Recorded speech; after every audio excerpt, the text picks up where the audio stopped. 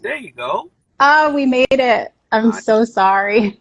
don't worry about it. That's technology. That happens, and I think everybody starts going live at 5 o'clock, and it just Yeah, can't. I think so Just too. yeah. What's going on? Oh, it's so good to meet you. Our colleagues talked so well about you. My boss, Campbell Wharton, was just telling me you took him to Hollis. Is this Yeah, right?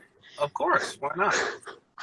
I love it. I'm from St. Albans, so I fully appreciate that. And you bring an Australian man to the hood, showing them what it's about. Thank you for that. Thank you for repping us. Well, I appreciate that. So now you're on my feed. So I want you to introduce yourself now, because I was going to be on your feed and Yes, of hope to course. introduce myself to your people. But yeah, tell us a little bit about yourself so that all the people out there who want to be content creators or tell their story can know how a professional does it. Absolutely. So we are here as part of the AfroPunk Rock and Read Book Club. We're powered by Penguin Random House. I'm Portia. I'm a senior editor at Random House, and this is the first episode of our 10-week Instagram Live author interview series. We're starting out big. We're starting out with The People's Shark. So celebrating your latest book. Is this book five, book six for you? Book five, Yeah, yeah. book five. And it's Powershift, which is a brilliant book. It's a brilliant book to have at this time, where everybody kind of has to find new income streams, new ways of making money, new ways of gaining and utilizing their power. So thank you for putting this out there for us. Thank you for being a great partner and helping me put the story together. And a lot of people here have been really faithful followers, supporters, and fans of myself for so many years. But I think because you're on my platform, I'd rather switch up a little bit. We'll do your platform another time. But Okay.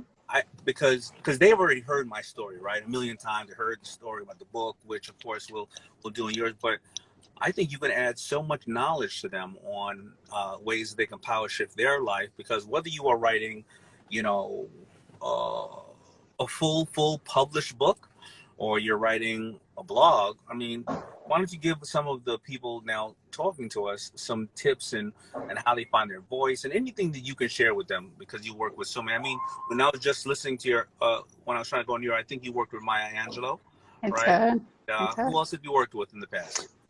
So the two books that I keep closest to me, Dr. Angelou, I was her editor for the last couple of years of her life. We had the opportunity to work on her second cookbook together, on her last essay collection, Mom and Me and Mom. And then we did a posthumous collection of her quotes when she passed away, called Rainbow in the Cloud, which is probably, if there was a single book that I was most proud of, I'm most proud of Rainbow. And then the Black Book here. So Toni Morrison was an editor at Random House in the 70s, and she pulled together this collection of, it's essentially Black history, all photographic, all newspaper images from the 1600s through 1945. She stopped just before the Civil Rights Movement. So she edited that book in 1973. And then we did an anniversary edition in 2009. So I had the honor of reaching out to Ms. Morrison at that time, asking her permission and her blessing to do this. And so I carry these women with me, especially sitting in a space like Random House every day and clearly on my shelf working from home. Good, good. Excellent. So, what did you love the most about Rainbow in the Clouds? You know, so it's interesting to be here on your platform telling that story. I did the work. That was, so I had the first opportunity to work with Dr. Angelou, and I guess we spoke in 2007, 2008, just on the phone. She hit me with, Ms. Burke, you have a beautiful speaking voice. And our love affair, I had to be like, no, Dr. Angelou, you have a beautiful speaking voice. And we carried it from there. And I realized that there wasn't anything that was like the wit and wisdom of Maya Angelou out there. So I read all of her books. I had only read Cage Bird and a few of the poetry collections at the time. I read every single book that she wrote, all of the poetry, collected what I thought were some of the most impactful quotes, and pitched it to her. Hey, Dr. Angelou, this isn't out there. What do you think? She was not into merch. So she rejected that idea. And that was fine. I was just proud to have done it. Now I could say, I've read every book by Maya Angelou. So by the time she invited me to be her editor, when her real editor, Bob Loomis, may he rest in peace, retired, I was prepared. I felt ready to take that on. I was excited for the invitation. And in 2014, when she passed away, one of the first requests we got from one of our biggest retail partners was, where's the wit and wisdom of Maya Angelou? And my bosses were like, oh, we don't really have that. And I was like, actually, I wrote this 5 years ago, so we do. So I got the permission of an input from her son, Guy Johnson, who's also a novelist. And they pulled it together. We published it before the end of 2014. Publishing can be like that. If you have a great idea, we can crash it. And that's it. It's just great to have been right place, right time with the work done, you know? You know, a lot of people are going to be home right now, and a lot of people want to pass on their legacy or information. They just didn't have the time to pass that on to their family, to be able to look at the book and say, my father or my mother or my grandparents or my great-grandparents left me this. What would you say would be the first step for somebody who is suffering from analysis paralysis? They're like, oh my God, I got to write this big book. What should they do to pass on who they are and their thoughts to their family and the loved ones, so they can live forever in their minds? First thing is bullet points. I'm a huge outliner.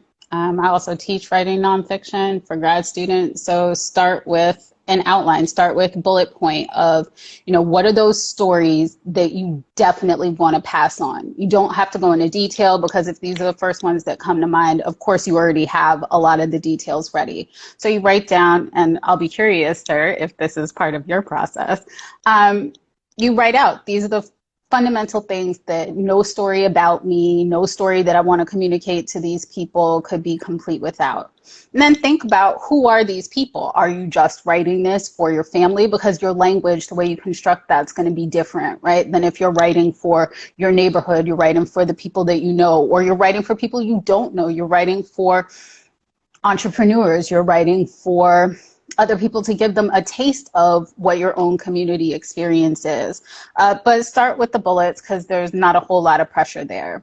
Once you have that, you start to think about, what kind of order would you want to pull these together in? If you do have some experience writing, you understand what an outline is, give yourself that outline. It's actually a fun process. And again, a lot less stressful to confront a blank page when you only have to write an outline than trying to confront a blank page thinking you have to write 40,000, 50,000 words.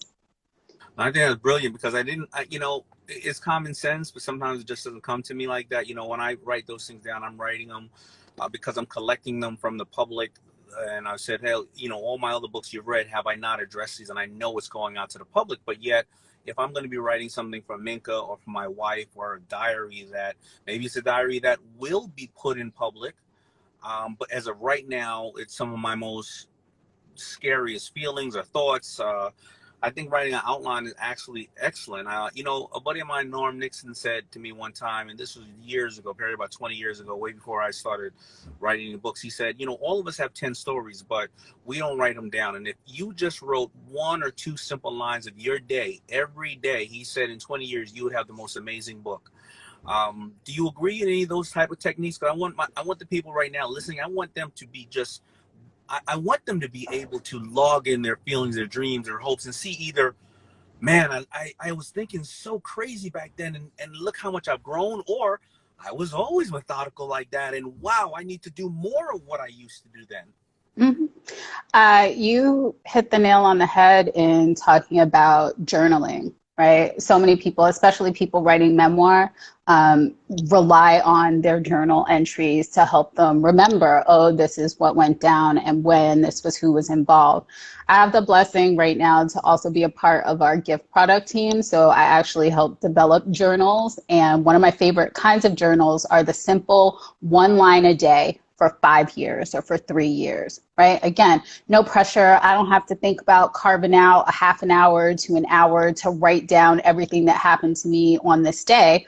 I just need to fill 3 lines of text and they're small lines. But you do that and then you have a record for the next 3 years, the next 5 years that you can easily go back to.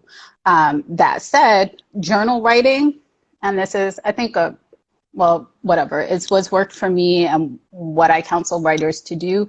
Journal writing is deeply personal. So when it comes time to mine those entries for a formal story that you want to publish, you need to think seriously about, again, who you're publishing this for. You're no longer just, satisfying your own self, making sense of your own world. You are doing a service. Book publishing is a retail business. You are trying to serve a consumer with that information. So be intentional about how you pull out those stories from your journals. Be intentional about how you pull them together. So journaling, I couldn't agree more with you on that point. Well, I know I've been the only one asking questions, and I was going to originally be on your platform, so I don't want Yes. to I tell everybody they got to communicate like they have one mouth and two ears, and I was only doing that on purpose because bringing you into my family like this, I wanted to introduce you to everybody. But please feel free if you have any questions that we can share. Thank you. Yes, you definitely shifted the power dynamic there, but I'm thankful. That was a great opportunity, so I appreciate that. And I hope it was useful to folks who are looking to be writers out there. Clearly, my first question for you is just about the time that we're in, right? If you're doing okay, how are you doing? But then also, right now, there's a lot of great change. The wealth gap is huge. Political power gap is matching that wealth gap ridiculously.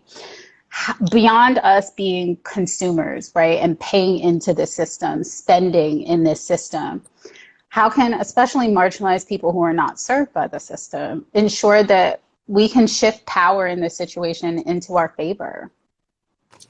Yeah, I mean, so obviously that's an extremely challenging question, whether we were talking about right now with the pandemic or marginalized people being able to have a voice and shift power in their favor historically. It all starts with education, and it all starts with the education that is not openly available to you, and to go and to have understanding of financial intelligence and various other things before you make these moves. It's almost like that is your war chest to know on what is there, and of course systematic stuff has been around for a long period of time. Traditionally, if you're a marginalized person, traditionally families have been able to at first have one parent working, the other not, and then you save up enough money, you get a loan, you buy a home. Over 30 years, that home and the 401k, if you have just a regular decent job, will grow substantially. As you get older, you take equity out of the house, or you sell the house, and then you go and move to Florida and live a little bit better. But if you're marginalized and you don't have financial intelligence, and the banks have not been set up, or they loan your counterparts money 3 times quicker than you, and then when you go to be employed, you get employed and you usually get 15 to 20% less than your counterpart, sometimes because you may be a female, your religion, your color, whatever the case is. The only way you can fight and become and bring more value to that is because you walk in the room smarter than everybody else. And the only way that can happen is due to education. And you have to make, when you go into the room, you have to make the people in that room feel like they're at a loss if they don't match you or do equal business with you. But a lot of people we have not, especially for African Americans, we don't come from generational wealth. We don't generally come from 3 and 4 and 5 generations of wealth prior. So uncle, whatever, or dad could have taught us these methods and these things to do in the 60s, because they were so busy trying to just be free, right? So there's a lot of questions there that is way above my pay grade and being able to answer that. But if I want to answer in the People Shark simplistic form, is if I have a sharp enough education on my demographic of whoever I'm selling to, whether it is I work at a corporation and I'm an executive assistant, or I am trying to start my own business, or I'm a distributor, I need to know anything and everything about all the things that I'm presenting to you. And the reason why I need to know that is because you often, as the buyer, meaning the boss and or the financer or the employer, you often don't know what you need. And it's for me to bring it to you. And I've gotten that table turned around on me several times, like the Bombas guys. I didn't realize, as you know, in the book, that I was selling straight to retail, and I didn't realize how badly I needed to know on how to move my companies in the way of selling direct to consumer, and also being able to be part of a charitable, organization at the same time. And when they educated me on that, the power shift, I put money in their hands and hopefully gave them the knowledge I know, and they made me smarter. Why am I saying that? I'm saying that how can you walk into the room, be as humble as you can, but show your value? Because right now, your voice is not going to be marginalized if you're great. If you have a lot of content, Dan, or information or product or a way to educate people, your numbers are going to show it. They're going to keep going up. You're going to have people who are going to co-sign on you or recommend you and various other things like that. So for people marginalized or not, how do you make it irresistible for the other person on the other side of the table to say, I got to deal with you, because if I don't, somebody else is going to. But then, I'm going all over the place with it. I'm showing you where I know the issue has initially started, and I don't want to make it warm and fuzzy. Oh, just add value. It's hard work, and you're going to get knocked down a lot of times. And a lot of time people are going to knock you down because they hate you, or they're going to knock you down because they don't see your vision. But if your vision wasn't strong enough, it wasn't great enough, then there would be no place for you at the table. Wow. You touched on something that hit me in the book itself, and I think a lot about it in my world because, so I'm from St. Albans. I grew up listening to hip hop. This is the world I came from, and I clearly saw the value in hip hop as a storytelling business, right? But that wasn't always the easiest case to convince to my powers that be, who didn't grow up listening to Q-Tip, who didn't grow up listening to LL. They don't necessarily know that this is a vibrant community that would love to support a new format of storytelling. How have you then, thinking about what you've said about getting people to take you seriously and getting them to fear that by not taking you seriously, they're going to be missing out on something? Can you tell me a little bit more about how you did that? Because that's a skill I know I could use, and I'm sure a lot of other people could. Yeah, so I can tell you how I did it, but even in that case, if you were to, present, listen, that if you didn't grow up in Hollis, Queens, or the South Bronx or Compton, that you wouldn't understand this. There's always a core on what people understand, and oddly enough, and I'm sure you probably presented this when you walk in the room, but if you were trying to do that to the powers that be, but then show them that through history, hip hop was consumed by 90% white middle America kids, and that those kids thought, because they could only look at it through one lens, which was hip hop, and one lens, which was music videos, they thought Compton and the streets of the Bronx were the coolest places on the planet, right? So it's not to say that the counterparts or the powers that be, just didn't understand it, but was it ever positioned, and then ask them to go ask their kids, their so forth and so on, because then you'll end up realizing they'll go, wow, my kids are walking around talking about F the police and, whatever, DOS effects, riggedy row. And when you find out that those people, when they go to their kids and their kids are the most valuable things in their lives, and they relate to, they go, wow, I think this is something bigger and better. It's like sometimes a lot of people meet me in places of business, and they go, my kids couldn't care less about what I do, but today I'm going to be the coolest dad in the house because I met Daymond from Shark Tank. It's the same with me. My kids could not ever care less about me, but let me introduce them to. I introduced my daughter to the guy who does the voice for Olaf, and Frozen. In Frozen. I was the dad for the next 2 weeks. She loved me. But I say all that to say, so when I walked in that room with FUBU, and the interesting story, let me tell you the story about FUBU, because I have really great partners, Norman and Bruce, and it's funny, and it goes back to an old saying that I'll bring it up to you. When I walked in the room, they were interviewing two different designers, myself and somebody else. And they brought in a big bubble coat because they were manufacturers of bubble coats. And so during the winter, they had their factories running, but during the summer, they had nothing to do with their factories. And I knew their asset was the fact that they have factories, they have manufacturing, they have distribution, they understand how to sell to retail. Now, where is their liability? The fact that they just make bubble coats at the moment and they only can sell one time out of 4 different seasons of the year, right? So what did I do? I brought in, my idea, and I showed them pictures of certain artists wearing the clothes. Another designer came in and he was super skilled. This guy was amazingly skilled at making the coat. They give us both the coats. They say, go home and alter these coats, basically hook these coats up. We come back the next day. That other designer came back, and the bubbles, he put these stripes in it, these yellow stripes, and I swear to you, this thing looked like the most beautiful bumblebee style jacket I've ever seen. I was like, holy crap, how did you do that? And then they asked me, and they were like, so what did you do with the coat? I said, nothing. I put it in the back of the car. They said, why? I said, I got a picture of LL Cool J wearing my shirt. I got a picture of Brand Nubian wearing my shirt. I got a picture of Miss Jones wearing my shirt and Method Man wearing my shirt. And they were like, that doesn't mean anything. You got a bunch of pictures. I said, ask him to go out there and try to get somebody to take a picture of him wearing that coat. And so my positioning there was, if you have manufacturing and you have the ability to do that, I need to tap into you. But you know what you don't have? You don't have free advertising and marketing. And when LL wears my shirt on this video, it's worth $5 million worth of free advertising. When Method Man does the same, when Miss Jones does the same. So I'm giving you $30 million worth of free advertising to advertise what you already know how to do.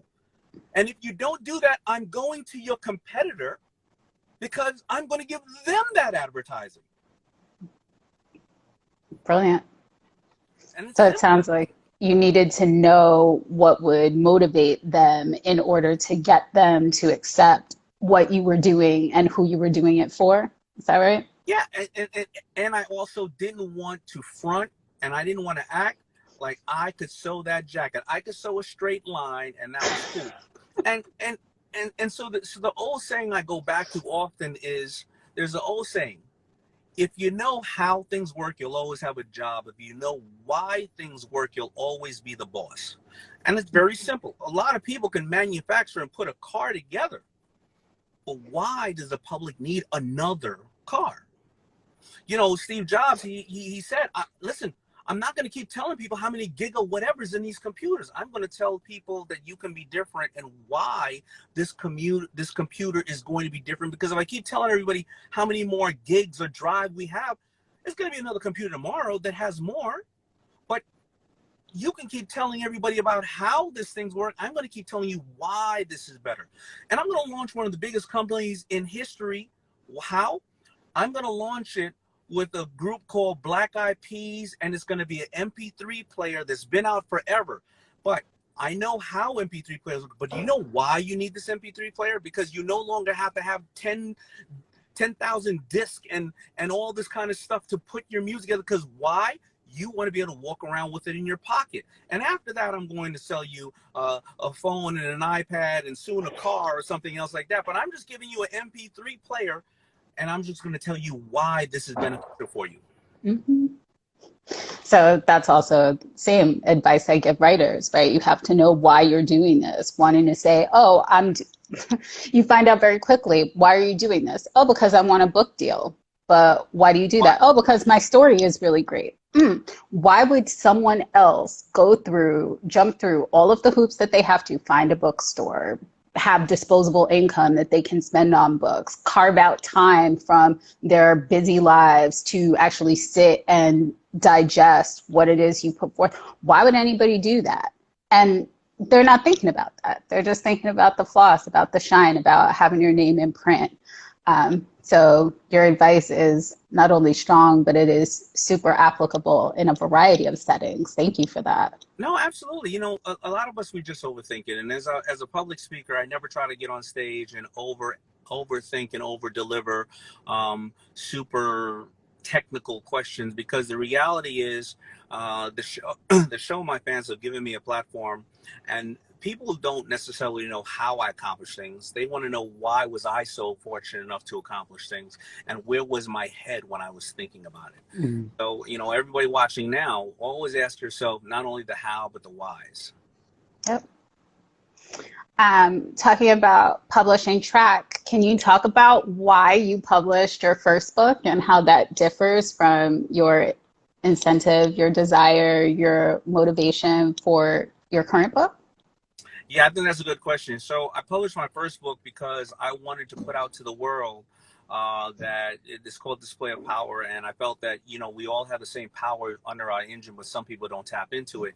But also at the same time, I was being pigeonholed as just the guy who knows how to make baggy jeans. And, and I knew that I had way more to offer, but every time I would go and speak to companies and corporations who wouldn't pay me a lot of money, but I felt that it was beneficial for me to go in and hopefully change a narrative on how they were communicating to people of color and other people, because, whether you're Asian and somebody communicates a certain way, or Indian or female, they all think, certain ways.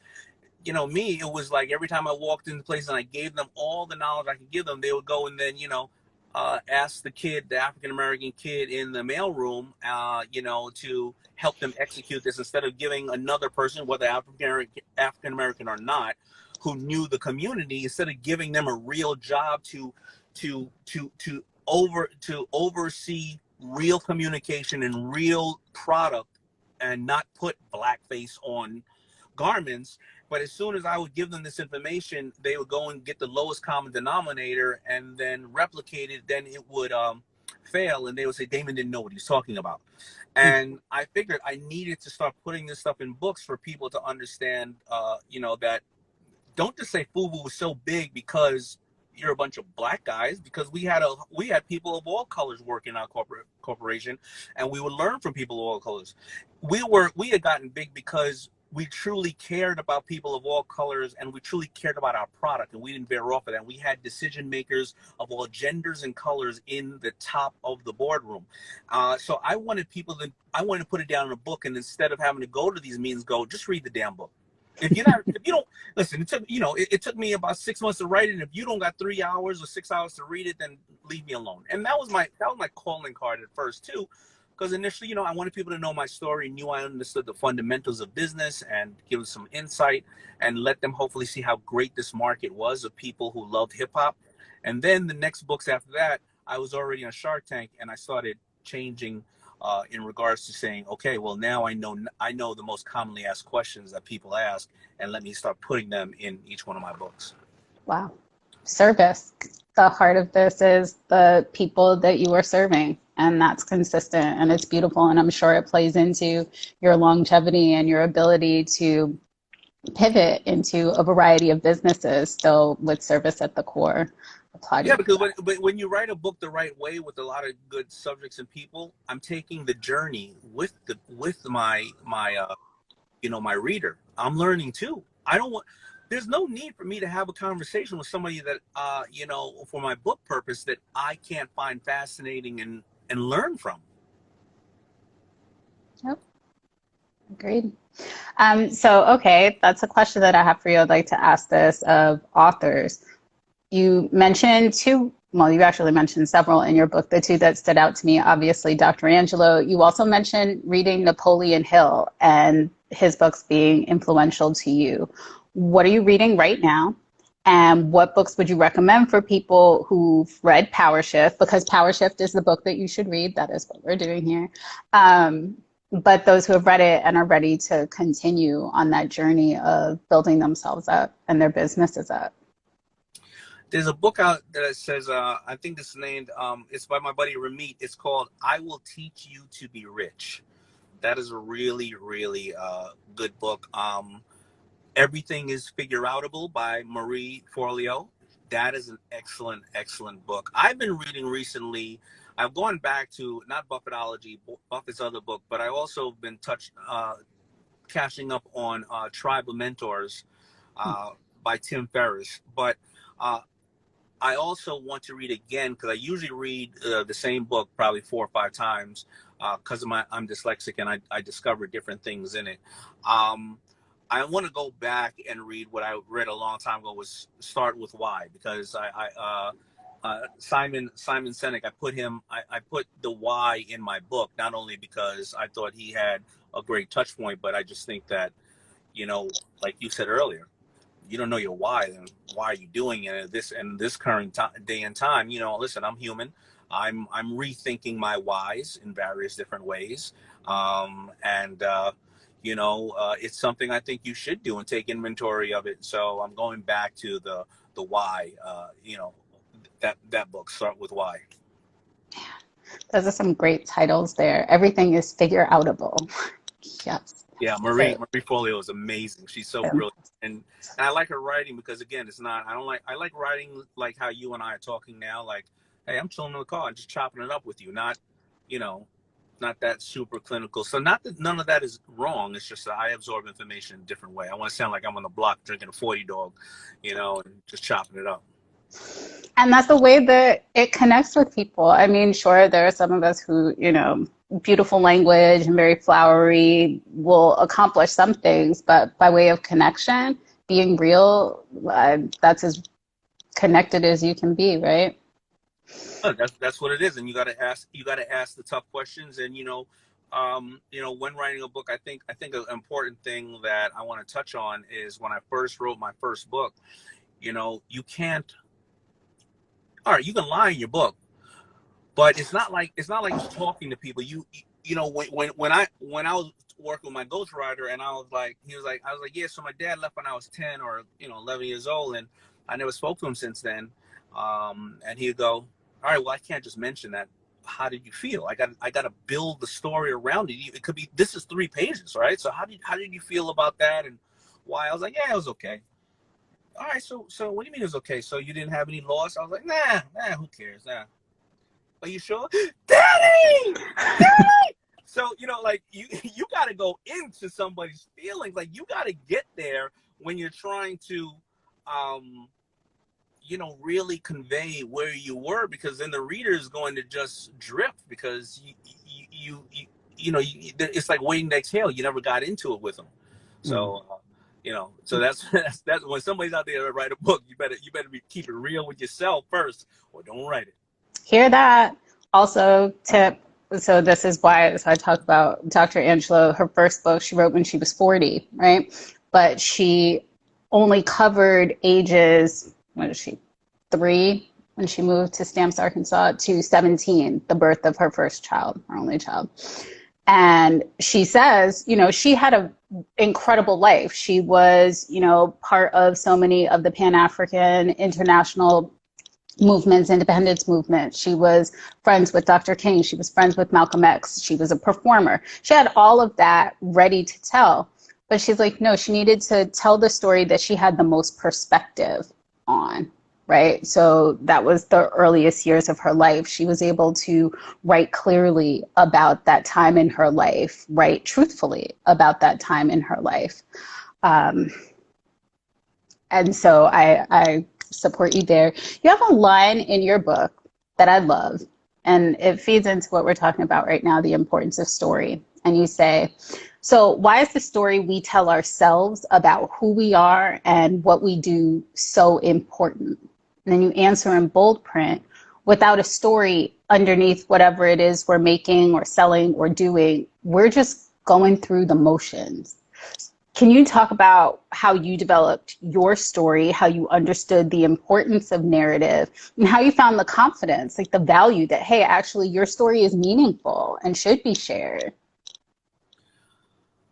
I just thought that social media wasn't really heavy at that time when I first was doing it. And then when I did see, people who were successful, I was already around successful people for about 15 years. And I thought that it was being painted in a very unfair way for various reasons.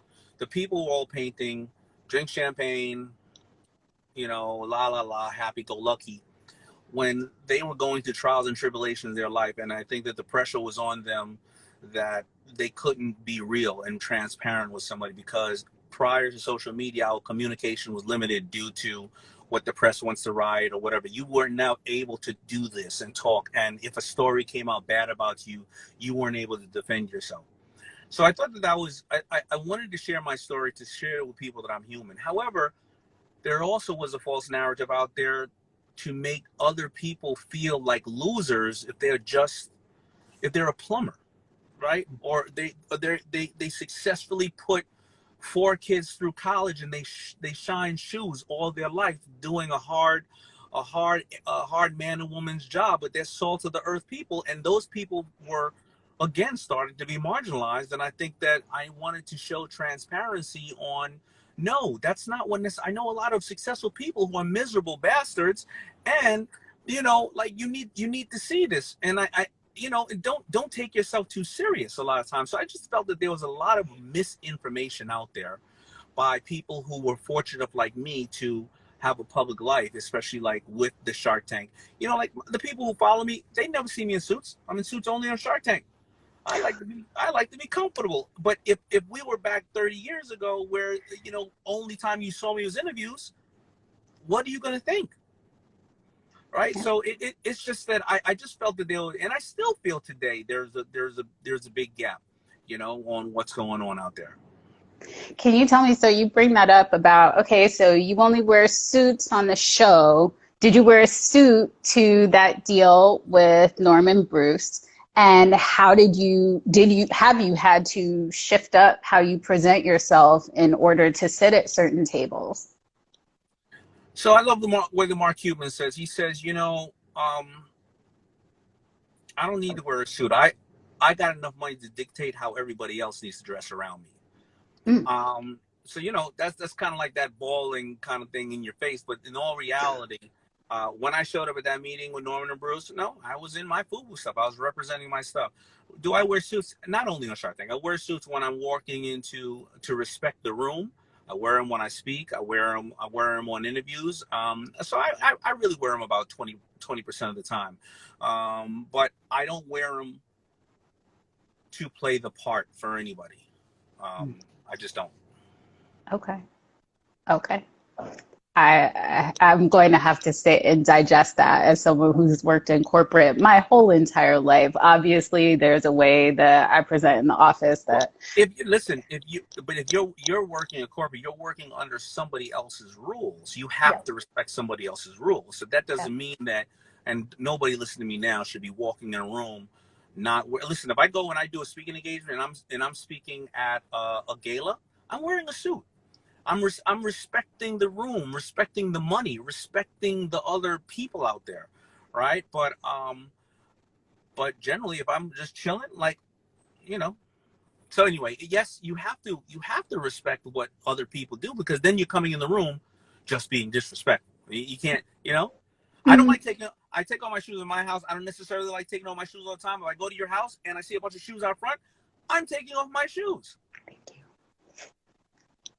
As you should. Thank you for that. So then how do you continue to stay true to yourself, especially in businesses that can be so cutthroat? How do you preserve that core? How do you keep it so real with yourself? I don't know. I've been kicked in the teeth and kicked in the ass enough times where I was going by because whether a partner of mine said it should be done or it looked like a great opportunity. I wasn't trying to not be myself, but I didn't go for my why. I didn't trust my gut. And I end up being more miserable than if I would not have gotten the deal or the thing done. Right. So it's very hard to say it. Listen, I'm not confused with how good God has been to me, that I'm fortunate enough to be able to do this. And a lot of people right now watching cannot dictate how they walk in the room, and they're on other people's time. So I don't want to be unrelatable to what's going on in the world. But I just always trusted my gut, this and that. But however, listen, put it like this. When I was working at Red Lobster all day long and then doing FUBU at night, did I want to work at Red Lobster? No, I didn't. So when I wrote down my goals, it was, if I keep working here, I'll be able to launch this company, but I need to keep the lights on because the company's nowhere right now. So it's just the reality. So I had to have tartar sauce all over my apron. I had to have people telling me, "Hey, go get me another drink," you know, and I had to do that. That's just what I had to do. You know, I guess they say sacrifice is giving up something of lesser value for something of greater value. Mm, yes. Even if that greater value is out there in the somewhat distant future, is pretty difficult. It can be difficult to turn down instant gratification. That's incredible discipline. Thank you for that reminder. I'm trying. Um, there's a line that I love in this book, and I especially feel it for writers. I think about a lot of writers who may have self-published and then attract the attention of the majors, and then the hustle can shift a little bit. So you write, the moment you get some support behind you is the moment you have to start grinding even harder because there's more at stake. This is very different from the idea that, oh, well, once I get put on, I can stop selling these books out of the trunk of my car because my publisher has national distribution. Can you talk a little bit more about that, how you came to that idea that actually once you do have a strong partner, you need to go even harder? Yeah, you have to, because you have people at risk, and these people, they have their own dreams and aspirations. They've also co-signed on you, and they also believed in you, and they've taken you up to their bosses or whatever the case is, and they've also signed on to be part of your dream, right? So if you do that, like you know, it's a responsibility. Power shift is not about taking all the power from you for yourself. Power shift is giving others the power too, to be able to be part of what you're doing, to contribute, to also be acknowledged as being part of what you're doing. You know, everybody here watching us right now, they have their own hopes and their dreams. But if they have a job or they have a company and they got to pick up a box just as fast as somebody else, they will, well, they should do it, because they should know that it's in their best interest to help others who are helping you. You don't want a team, you know, like you want to see, when I like the army movies, when, you know, when the leader of the army is in front with the army. When you lead by that type of example, that's just you know, I just think that your team will fight, and they will kill for you. Mm-hmm. Man, you're brilliant. I expected this in many ways, but to hear it directly from you is a gift. Thank you for that. Thank you for what you're doing for all of us who are tuned in right now to our Rock and Read author interview series. Um, I do want to ask questions about those three parts of Power Shift. How did you come to those, from influence to negotiation to relationships? How did you crystallize that these were the fundamental elements at work in moving the dynamic around a room to accomplish something greater than what both parties came in with? Yes, I'll give you. So, because people, and I'm going to bring it up about the people right here who are commenting. There are so many amazing people commenting. Thank you so much. And let me see. You know, so many great things. But I'm gonna touch with that, right? It's not, you know, and I've said this on many interviews. People have been spoiled due to seeing movies and Shark Tank, where they think that you go in and you do a negotiation, and then negotiation happens, and then you just either win or lose at the negotiation. It's so hard and cutthroat like that. When it's not, it's all about three different phases on anything that could be successful. It is, first of all, you have to build influence. And how are you building influence? We can discuss that in 2 minutes. Then you're negotiating for what's in it for the other person on the other side of the table. And then how are you valuing that relationship, right? So a lot of times people will say, well, I'll never meet you in an elevator. Or if I do meet you in an elevator, how do I build influence? And I use this all the time. Well, if you talk to me in the elevator and you say, you know, who you are and how you think you could be of value to me, or what am I missing in my life, that in my business, then I would say, okay, no problem. And they'd be like, you know what? And if you ever want to check into me, and I would help work with you, or I would, whatever the case is, I'd advise you. And I'm going to leave the elevator. I'm going to look on my phone, right? Um, and where is your influence in my phone? Because I'm going to look you up. Now, a lot of people don't know when they're commenting here. There's a lot. There are 95% great comments. There are 5% really negative comments in there because people using this platform as a joke or fun time to have a good time. My staff writes down every one of those people with the negative comments, so they get put in a database. So even if I do see you when you email me or something else like that, for the ignorant comments, I see you already because you were stupid enough to put some stupid shit in here. You don't even realize about that, and I let these people keep hitting me back, keep hitting me. Hey man, okay, I want to do something, and I just like to leave them along. I just like to lead them along. So that's how influence can be used for you or against you, right? Then of course the negotiation is what's in it for the other side of the table, and it's not always what's in it for the other side of the table. Have you asked the other person what are the obstacles that they're having while you're having this negotiation? How can I make your life a little bit better? Am I asking you the right questions? And then the last one is, of course, how do you tap into that community that you've done business with? Even if you haven't done business with a person because you pitched them, but you haven't done business, you leave a certain resume behind mentally. And how are they going to help share that resume with you? So those are the three concepts of it, and that's why I love to share it with people, because they think it's only very transactional when almost no deal ever happens the first time you meet somebody. Wow. I have one question that definitely came up in the comments, and I think it builds on what you were talking about now, is what is the best advice you feel you could give to folks who are unemployed or underemployed during the pandemic? Well, the reality is of it, how do you go out and get any kind of job you can and simultaneously educate yourself, like to use the Amazon platforms and various other things, but any kind of job. Don't be too good to scrape gum off the streets. I wasn't too good. I used to run BX cable up in abandoned buildings in the Bronx. I would hand out flyers. And as you know, I work at Red Lobster. I work at Church's Fried Chicken. I did whatever I had to do while working on my dream. So how are you doing that? How are you prioritizing what's important in your life? A lot of people will have to get smaller in their homes and things like that, and do some other things. Some people really, though, are going to be running across horrific circumstances where they already were in a bad circumstance, and now they got to go on the front line and work in a grocery store and be where they feel they're in danger. They don't want to bring it home to their family. So again, I just don't want to keep trying to sugarcoat it and stuff like that.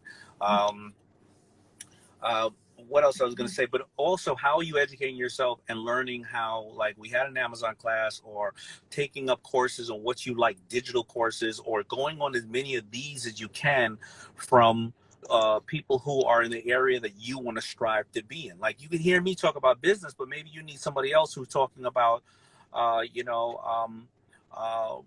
being a seller on Wayfair and using, different type of property, or somebody like Asian Ginger on here who knows about cosmetics. How are you taking up as many of those courses that you can and preparing yourself? But it's not easy. And even, listen, millionaires and billionaires, they're going through the same thing now. Some of them have tech companies and they're doing great. Some of them have a bunch of apartment buildings in New York City or real estate in New York City, and nobody's paying the rent.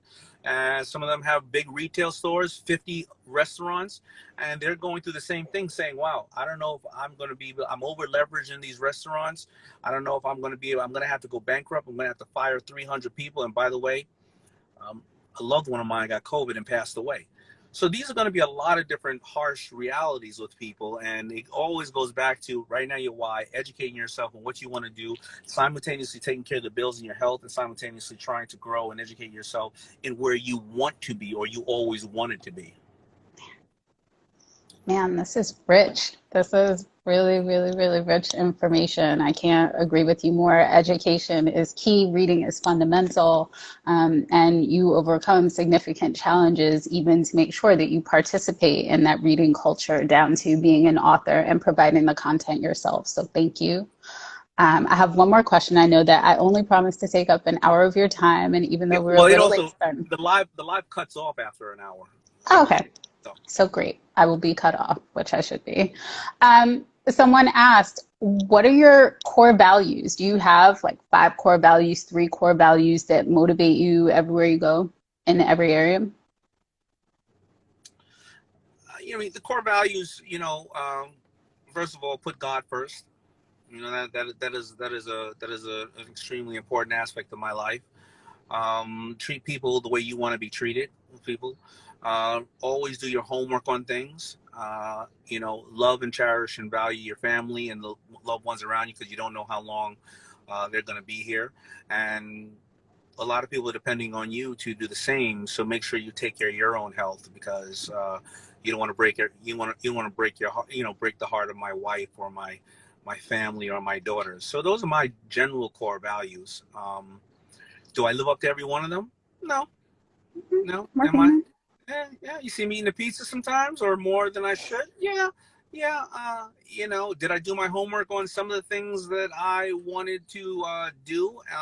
No. And then when I get kicked in the ass, I go, "Why don't you listen to yourself? And you're an egotistical bastard, and you should check yourself, because don't sit there and tell everybody else what to do, and then you ain't doing the same thing."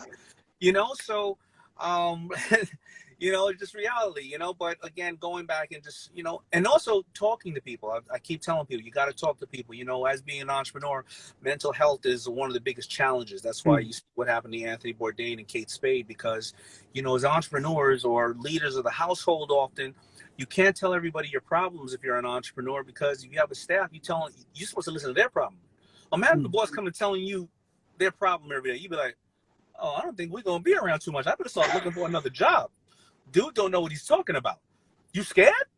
I'm scared," you know? And they got to tell you their problem, and you got to be able to be very respectful and listen to them, because, you know, you can probably be sometimes the solution in that problem, meaning give them time off, or give them a raise, or give them different access, or challenge them mentally, right? And then your financial stress with your family, you know, you going home and, you know, all of you in it together, and the house is over leveraged for your business, and vice versa, and all that other type of stuff. So mental health is really challenging. And a lot of entrepreneurs don't go out and talk to other people about their health, because they're just used to bottling it up and trying to deal with it, because every day there's something great happening, every day there's something horrible happening, and you get so numb to it. But that's the same with a mother, that's the same with the teacher, that's the same with the father. Like, you know, like, so try to find people that you can really, really talk to, and people who aren't going to just down you when you do that. I mean, I was in the hood when I would tell people stuff, and they'd be like, "Yeah, I told you you shouldn't have done that." You don't want to hear that. You don't want to hear I shouldn't have done that. If I shouldn't have done that, you know what you should be saying to me? You know, did you get out of it what you expected? You know, what was your lowest case scenario, your best case scenario? Did you leave everything on the field? Did you do enough research on it? Is there a way I can help you to make sure that you did not go down the right path, but at least to know, let's close that chapter of your life. So, you know, talk to people. Bottom line, I don't want to talk too long. Talk to people. It's important. Thank you so much. I'll make the last question something that you actually nodded to in what you were just saying. Is there a question that you really want to answer? Something I haven't asked you, but you know what you feel like is important for everyone to know? No, I don't really think so. I think because we're on, you know, my platform, and my, you know, and everybody here, they know me. They've heard this in one rendition or another, hopefully, or maybe if not, then I'll tell them some more. But no, absolutely not. I just want to know one question. When are we going on your platform? So As we can soon as we talk. can figure out this tech. So I will All be in touch with you and your team ASAP for that. Thank you so, so much. Thank you, right. thank you, thank you. All right. Bye. Thank you. Bye. Thanks, everyone.